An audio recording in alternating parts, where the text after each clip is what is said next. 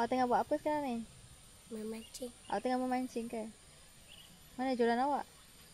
Tak ada. Tak ada joran. Tapi tu awak memancing macam mana? Kat rumah. Oh.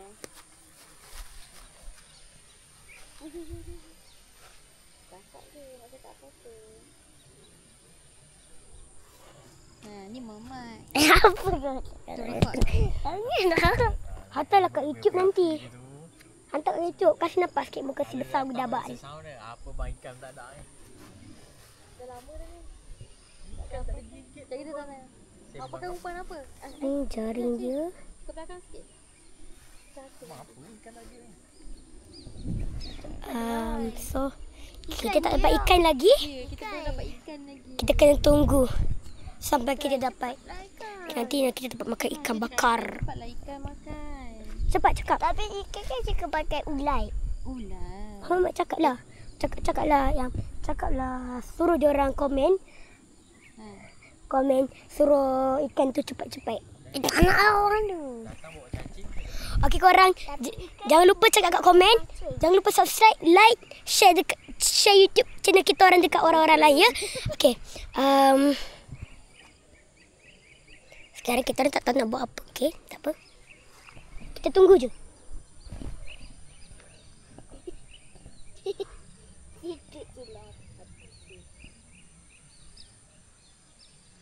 Cepat ikan. Cepat betul ha. Oh, kali tu panjang itu.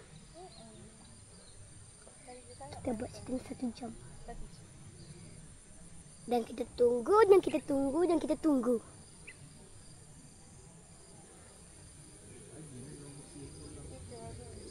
Daun yang masuk ni dia tarik tu.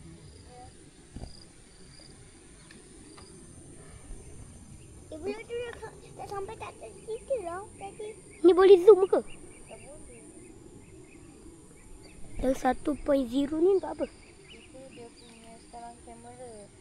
Dia boleh zoom tapi dia 2.0 tu dekat je macam sikit je. Dia tarik tak saya tidur. Nak cuba. Cuba. Tekan lama-lama yang dekat bawah kanan tu, dekat nombor 1 tu tekan lama-lama. Ni. Dekat nombor 1 dekat skrin. Macam tu. So dia dekat sikit je. Tidur lagi. Lagi ikan baik. Tadi ada tak atas sini lah. Itu burung curi. Ini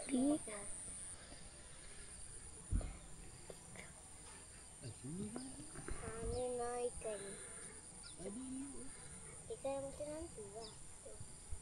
Tak ada bawa lah umpan. Ada 10 ekor ikan apa ke dalam ni? Ada lagi ke umpan? Ada. Nah. Kuah agak dia. Nah. Macam nak nak buat macam mana? Cuba Umpan ada tapi sekarang ni joran ada 2 je. Nak cuba belajar. Okey, dan sekarang kita kena tunggu sampai Dia boleh kawan abang ni. Duduk sini buat lah.